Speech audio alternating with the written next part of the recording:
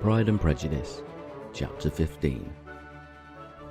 Mr. Collins was not a sensible man, and the deficiency of nature had been but little assisted by education or society, the greatest part of his life having been spent under the guidance of an illiterate and miserly father, and though he belonged to one of the universities, he had merely kept the necessary terms without forming at it any useful acquaintance.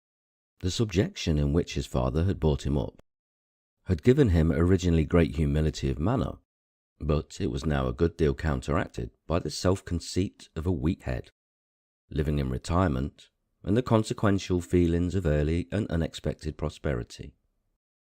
A fortunate chance had recommended him to Lady Catherine de Bourgh, when the living of Hunsford was vacant, and the respect which he felt for her high rank, and his veneration for her as his patroness, mingling with a very good opinion of himself, of his authority as a clergyman, and his rights as a rector, made him altogether a mixture of pride and obsequiousness, self-importance and humility.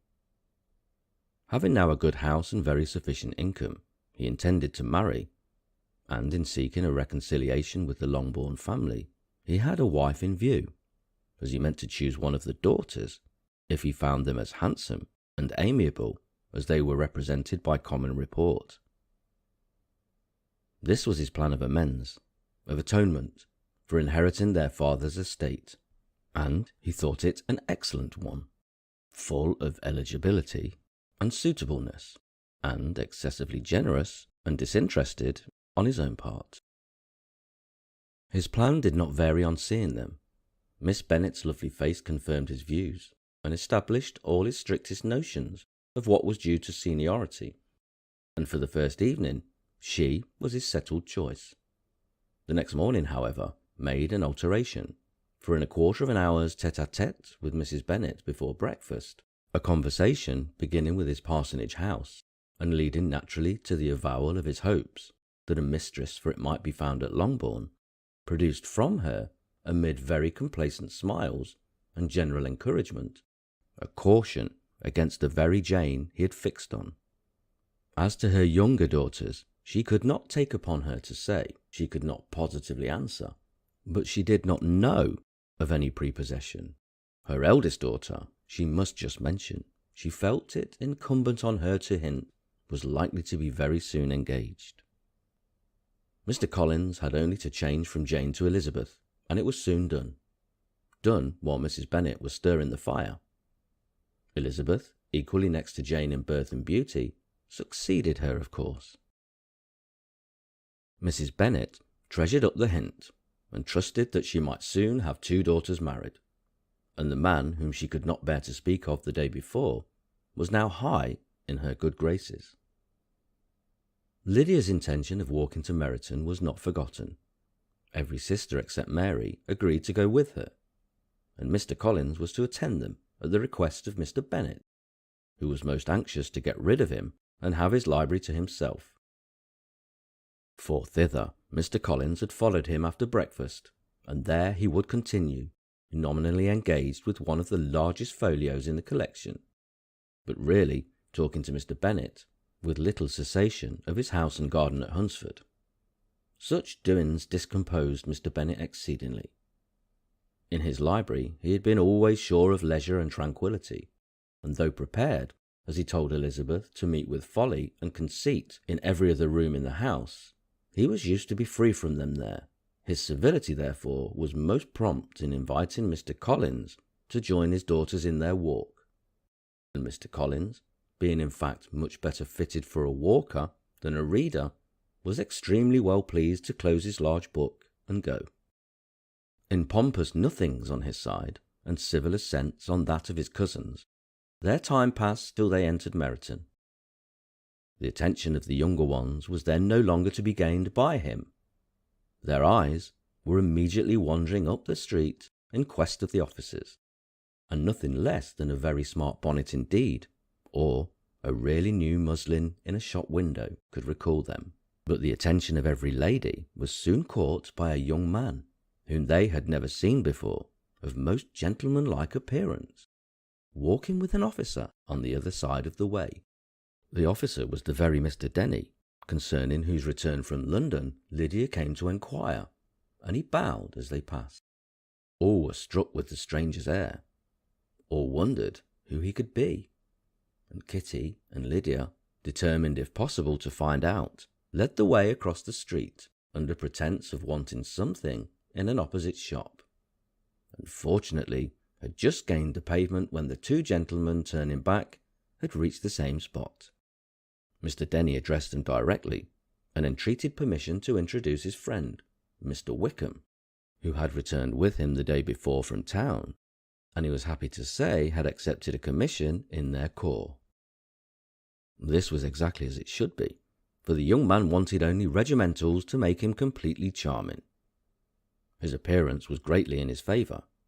He had all the best part of beauty, a fine countenance, good figure, and very pleasing address. The introduction was followed up on his side by a happy readiness of conversation, a readiness at the same time perfectly correct and unassuming, and the whole party was still standing and talking together very agreeably when the sound of horses drew their notice, and Darcy and Bingley were seen riding down the street. On distinguishing the ladies of the group, the two gentlemen came directly towards them and began the usual civilities. Bingley was the principal spokesman, and Miss Bennet the principal object. He was then, he said, on his way to Longbourn on purpose to enquire after her. Mr. Darcy corroborated it with a bow, and was beginning to determine not to fix his eyes on Elizabeth, when they were suddenly arrested by the sight of the stranger, and Elizabeth, happening to see the countenance of both as they looked at each other, was all astonishment at the effect of the meeting. Both changed colour. One looked white, the other red. Mr. Wickham, after a few moments, touched his hat, a salutation which Mr. Darcy just deigned to return. What could be the meaning of it? It was impossible to imagine. It was impossible not to long to know. In another minute, Mr. Bingley, but without seeming to have noticed what passed, took leave and rode on with his friend. Mr. Denny and Mr. Wickham walked with the young ladies to the door of Mr. Phillips' house, and then made their bow. In spite of Miss Lydia's pressing entreaties that they would come in, and even in spite of Mrs. Phillips throwing up the parlour window and loudly seconding the invitation. Mrs. Phillips was always glad to see her nieces, and the two eldest, from their recent absence, were particularly welcome, and she was eagerly expressing her surprise at their sudden return home, which, as their own carriage had not fetched them, she should have known nothing about, had she not happened to see Mr. Jones' shop boy in the street, who had told her that they were not to send any more drafts to Netherfield, because the Miss Bennets were come away, when her civility was claimed towards Mr. Collins by Jane's introduction of him. She received him with the very best politeness, which he returned with as much more, apologizing for his intrusion without any previous acquaintance with her, which he could not help flattering himself, however, might be justified by his relationship to the young ladies who introduced him to her notice. Mrs. Phillips was quite awed by such an excess of good breeding, but her contemplation of one stranger was soon put an end to by exclamations and inquiries about the other, of whom, however, she could only tell her nieces what they already knew, that Mr. Denny had brought him from London, and that he was to have a lieutenant's commission in the Shire. She had been watching him the last hour, she said, as he walked up and down the street, and had Mr. Wickham appeared, Kitty and Lydia would certainly have continued the occupation. But unluckily no one passed the windows now, except for a few of the officers, who, in comparison with the stranger, were become stupid, disagreeable fellows.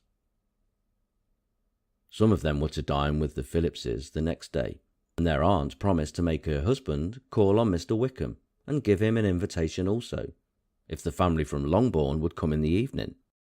This was agreed to, and Mrs. Phillips protested that they would have a nice, comfortable, noisy game of lottery tickets, and a little bit of hot supper afterwards. The prospect of such delights was very cheering, and they parted in mutual good spirits.